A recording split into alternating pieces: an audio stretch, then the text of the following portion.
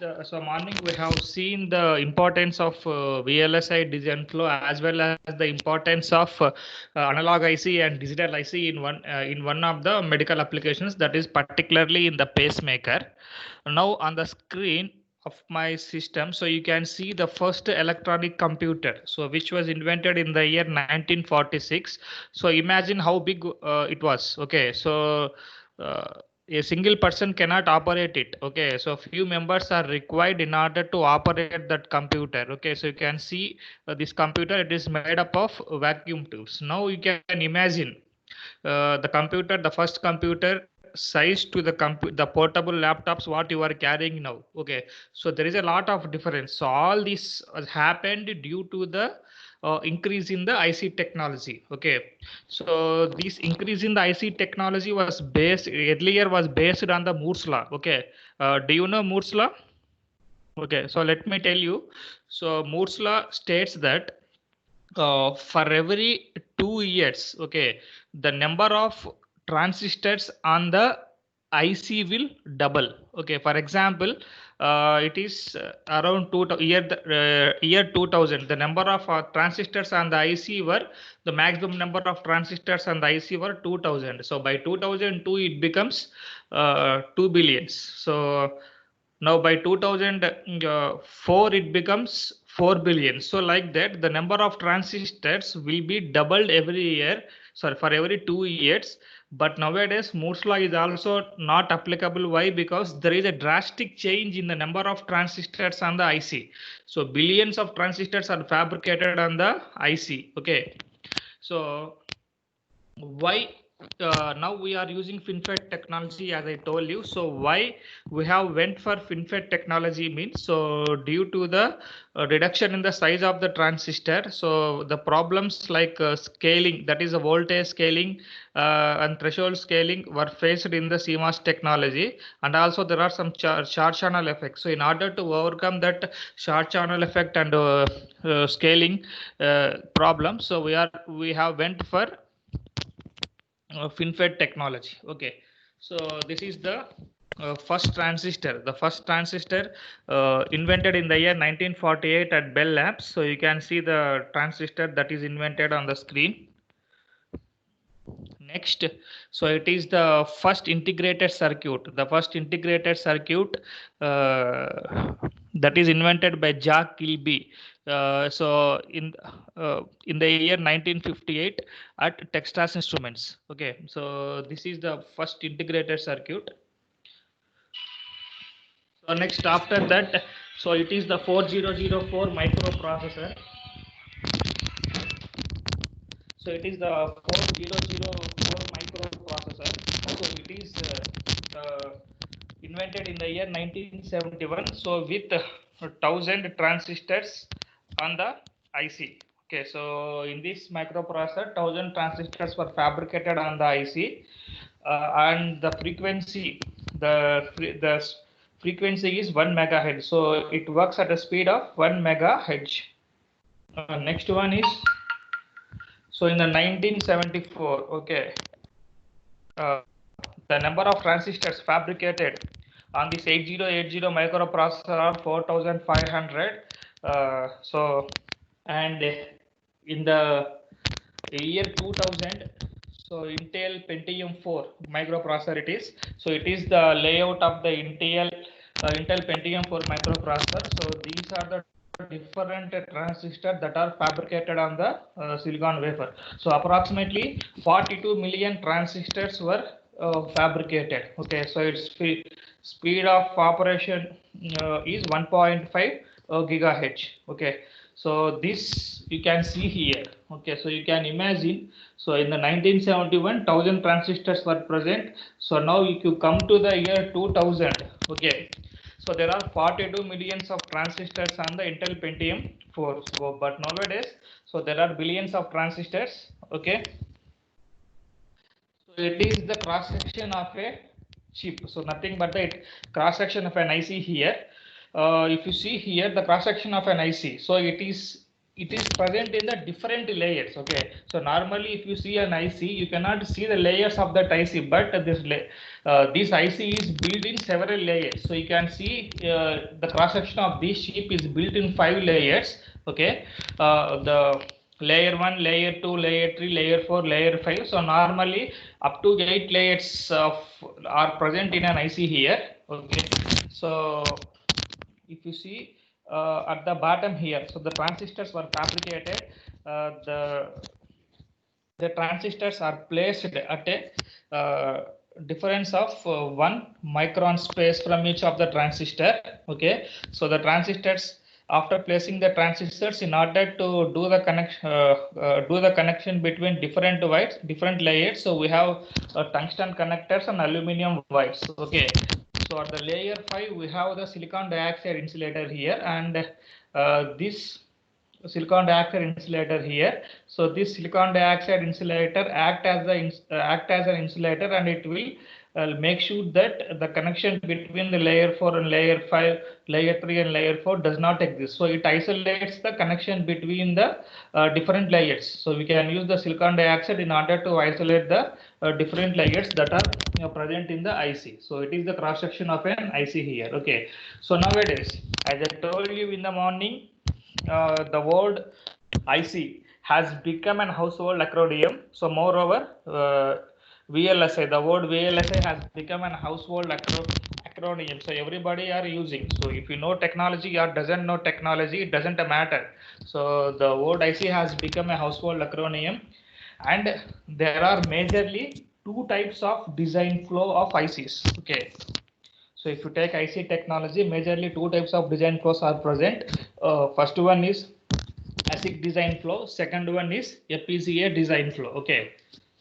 ASIC stands for Application Specific Integrated Circuit, and FPGA stands for Field Programmable Gate Array. So whatever the ICs you are using in your labs, so they are ASICs. So they are intended only for specific application. The name itself will say that ASIC, application specific integrated circuit. So they are only intended for specific application. So they will not be used for other purposes. For example, if you take 7400, so it is a NAND gate IC. So this NAND gate IC is intended only for doing the NAND operation. So we cannot use for other applications. So next one is FPGA. So field programmable gate array. So this FPGA consists of macro cells. Okay. So in that we have the CLBs, configurable logic blocks.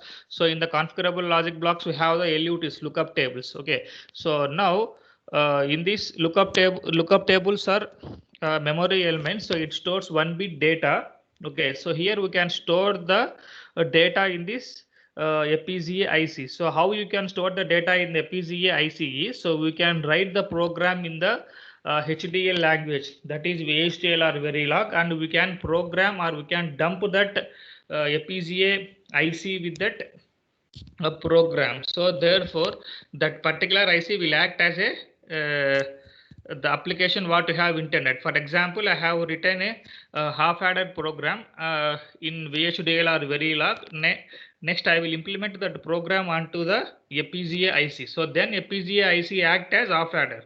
So after using that IC as the half adder, so now what I can do is that, so I can write a program for a decoder. So after writing the program for a decoder, I can erase the half adder program in the FPGA IC. I can implement the decoder program so that the FPGA IC act as decoder IC. So like this, FPGA can be reprogrammable. So reprogrammed. So it is reconfigured. So but ASIC is only for the specific application. So now let us see the ASIC design flow. So how the ASIC is implemented. So if you see here, so normally in designing of any ICs, so we have main 2 types of ICs as we have discussed in the morning. One is analog IC and second one is the digital IC. So in the and first we see the digital IC. The first point of the digital IC is, so for everything, so if you take any flow, the first thing is system specifications. Okay, as I will explain you in the morning clearly what is meant by system specifications. Okay, so whatever the requirements are there for our design, so we have to keep a track of it. So that means we have to know them beforehand. We have to write them on a piece of paper, or we have to store them in a file. Okay, so these are the system specifications. So after having the system specifications, so next we go for the design entry. So design entry means giving the input to your design. So in case of digital circuits, so we can go for VHDL program or Verilog program. So that means for the given circuit, so sorry, for the given architecture or for the given block diagram, we have to write the VHDL program or Verilog program. So note that I am explaining it for the digital IC. So let us first see for the digital IC. After that, we can see the procedure for analog IC. Okay, for the digital IC, after writing the specifications, the first thing is we have to write the program in terms of VHDL or Verilog, so which is known as design entry. Okay, so once the design entry is done, the next thing what we have to do is that, so we have to go for the simulation. Okay, or functional verification. That means we have to verify the functionality of the given circuit. I have told you in the morning the difference between the simulation and functional verification. Okay, so once the functional verification is done, the next one is logic synthesis. So logic synthesis means, so synthesis means conversion of your HDL program into the target primitives. Okay, for example, I am using a FPGA board. So whatever the program you have written in Verilog or VHDL, that program will not be understood by the FPGA IC what I am using. Okay, so we have to convert that program, that HDL program, into the target understandable language. Okay, so that is the conversion of that thing is known as the synthesis, logic synthesis. So logic synthesis means conversion of HDL program into the target primitives. So whatever may be the target, we are converting that program in terms of the target understandable language. Okay, target understandable things. So this is known as the synthesis. Okay, or simply what you can say, definition of synthesis means conversion of your HDL program into a netlist. So what is meant by netlist?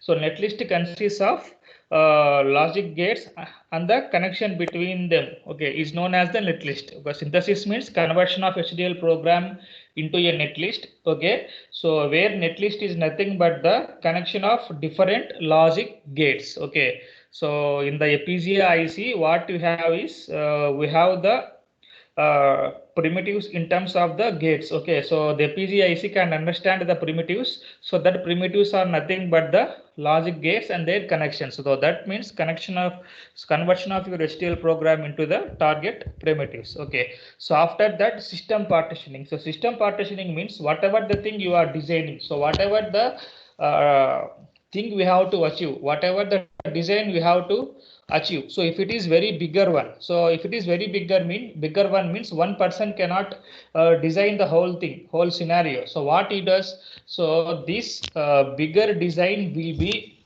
divided into equal parts and will be assigned to few members. So it is known as the system partitioning. So system partitioning means dividing the large design into a smaller parts. Okay, so on each next this is known as the logical design. So whatever the steps we have seen up to this part, so this is known as the logical design. So from each part of the system partitioning, the remaining steps will follow.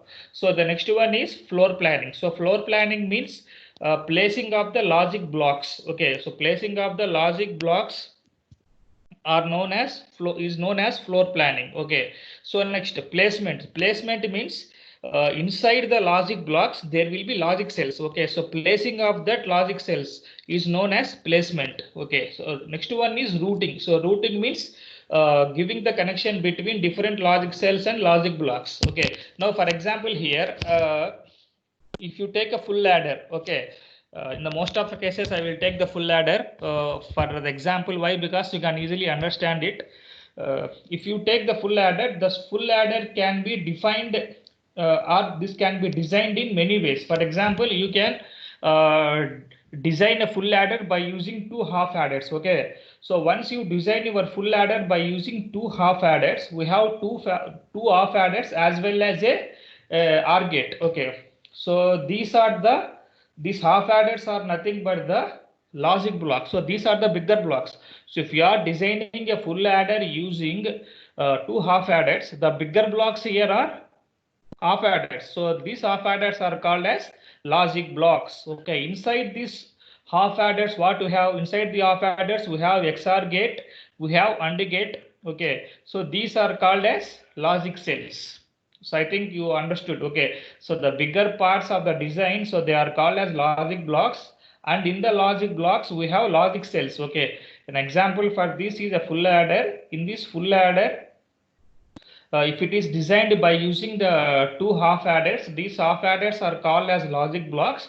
So inside again the full half adder is designed by using the logic gates like XOR gate and AND gate. So these XOR gate and AND gate are logic cells. So now floor planning means placing of logic blocks is called as floor planning. Okay, or deciding the location of logic blocks is called as floor planning. Okay, so that means if you are designing a full adder IC, if you deciding the location of logic block like half adder in that full adder IC is nothing but the floor planning, and the placement is inside the half adder we have the logic gates. So deciding the locations or placing of logic cells inside the logic block is called as placement.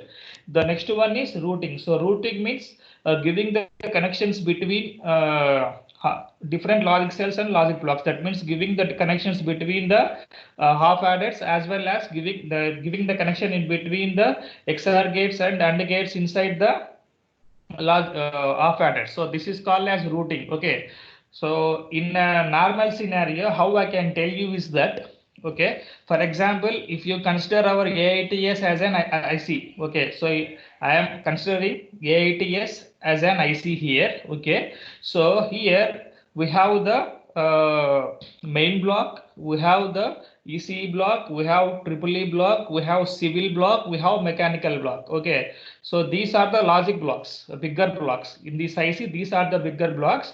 So placing of these bigger blocks, these logic blocks is called as floor planning. Okay, so next one is, so inside ECE block or EEE block we have the classrooms, staff rooms, okay, laboratories. So these are logic cells. So if you take EC department, in our EC department we have the classrooms, faculty rooms, as well as we have the laboratory. So these are logic cells in this ECE logic block. Okay, so placing of these classrooms or faculty rooms or laboratories in the EC department, it is known as placement. Okay, so routing means giving the road connection between different blocks. Okay, and again giving the pathways inside the department, giving the electrical connections, giving the water connections between the different blocks and different classrooms. So this is called as routing. Okay, so normally there are two types of routing. So one is global routing and second one is local routing. So global routing means the routing that the routing in which we just decide how to route, but the routing doesn't place. So global routing means in the global routing we will plan how to give the connections, but we will not give it. The actual routing will takes place in the local routing. So it is the IC.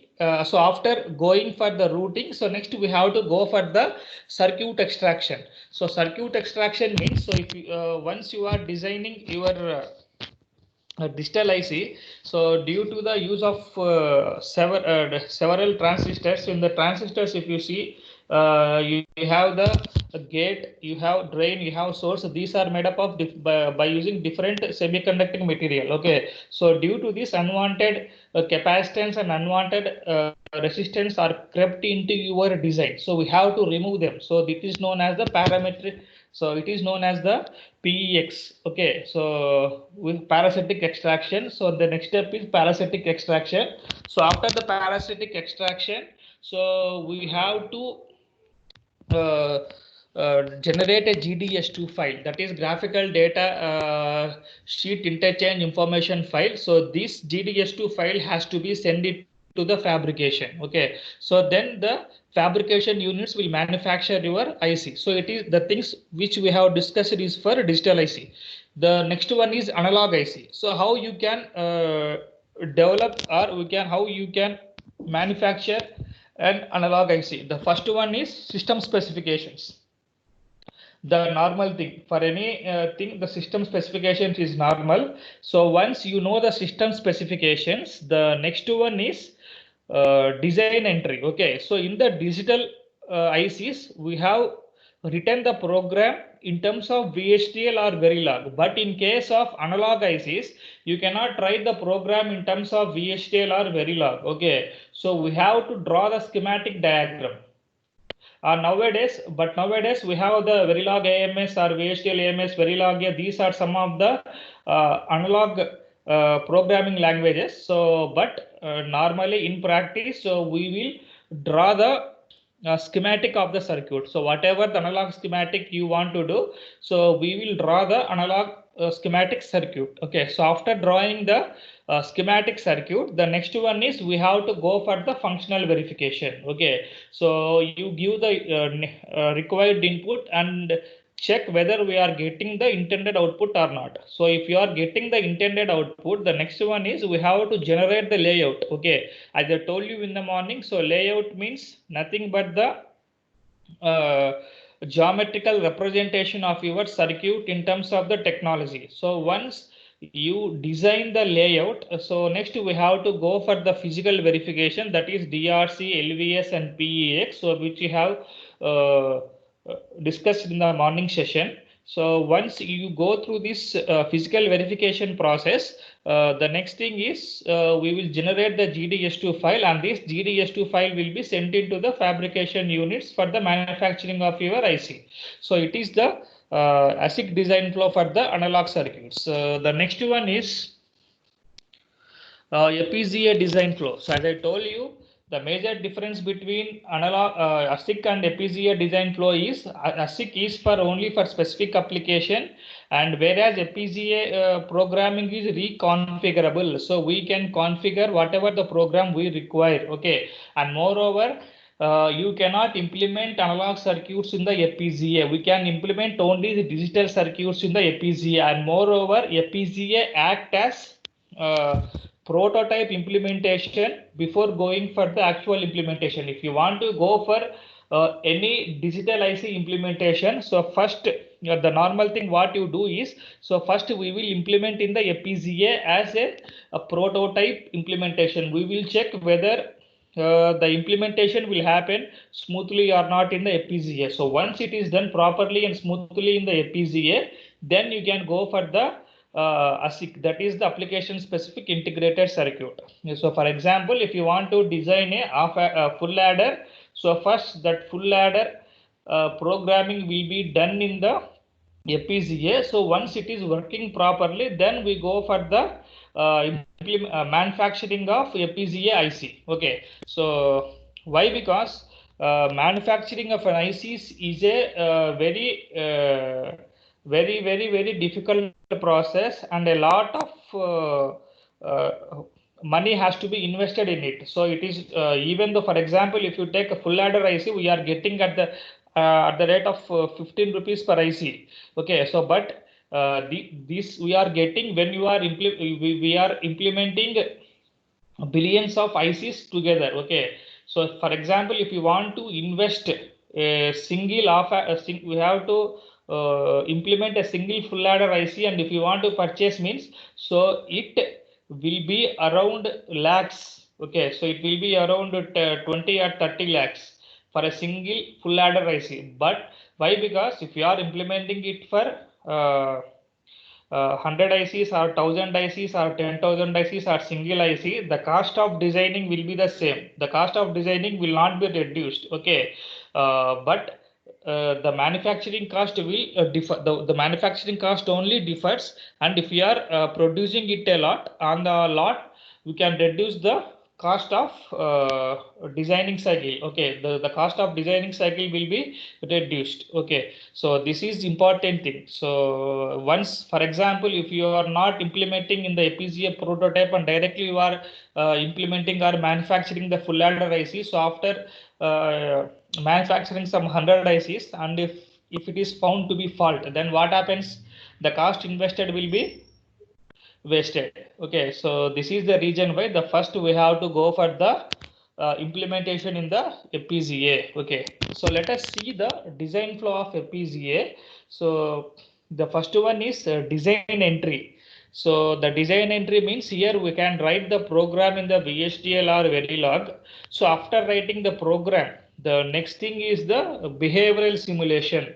So that means we have to find out the functionality. So whether we are getting the intended functionality or not. Okay. If you are not getting the intended functionality means again we have to reverse back to the programming and again we have to reprogram it until unless you are getting the correct functionality of your program, so we cannot proceed further. Okay, so once the given design is properly programmed means, so the next step is synthesis. As I tell you, synthesis means conversion of HDL program into the netlist, or you can say that conversion of HDL program into the target primitives. Okay, so the either of the definition can be used. So once the synthesis is done, so next we can go for the implementation. Okay, so in the implementation again there are different steps like functional simulation, stat timing analysis. There are different steps. So, but we don't bother about them in detail. No need to discuss also for us in detail. So the next one is programming, device programming. So whatever the thing output file you are getting in the implementation, that file will be programmed onto the FPGA IC. So once this file is programmed onto the FPGA IC, so then IC acts for that particular application. So it is the FPGA design flow. Okay. So now we have seen the ASIC design flow as well as FPGA design flow. Okay. Now how you can program that, how you can design that, how you can do the functionality verification. So how you can draw the layouts. So for everything, there are some software tools. So these software tools related to the electronic circuits, so they are known as the EDA tools. So that means electronic design automation tools.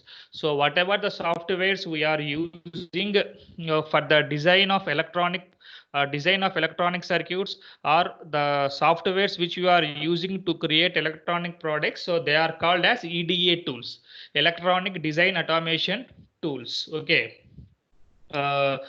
These EDA tools comes under three categories. The first category is computer aided design. Second category is computer aided manufacturing. Third category is computer aided engineering. So computer aided design means, so these software tools will help us to draw the schematic entry. So that means you can draw the schematic diagram of the circuits. Next one is you can draw the PCB layout. So after drawing the circuit, so you can develop the PCB for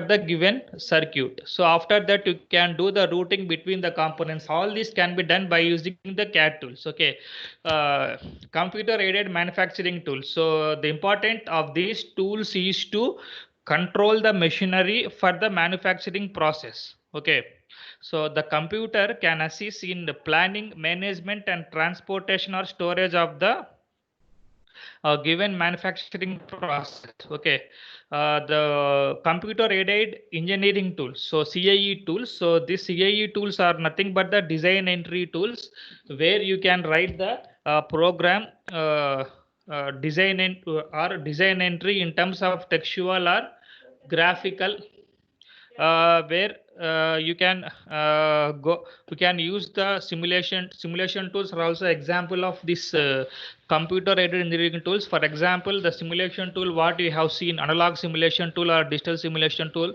is the multi-sim tool what we have seen so far. So the multi-sim tool which we have used in our 2.1, so it is the computer aided engineering tool.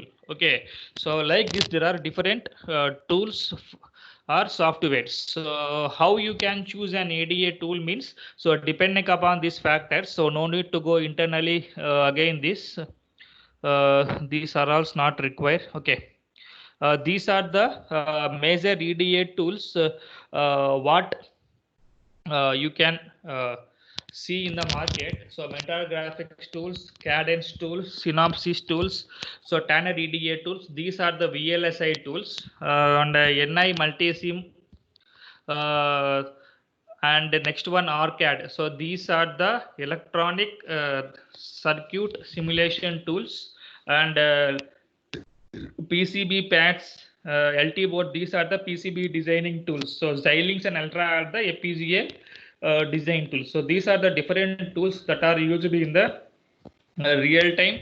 Uh, Okay, so this is about the introduction to ICs. Okay, uh, so from the tomorrow class, so you can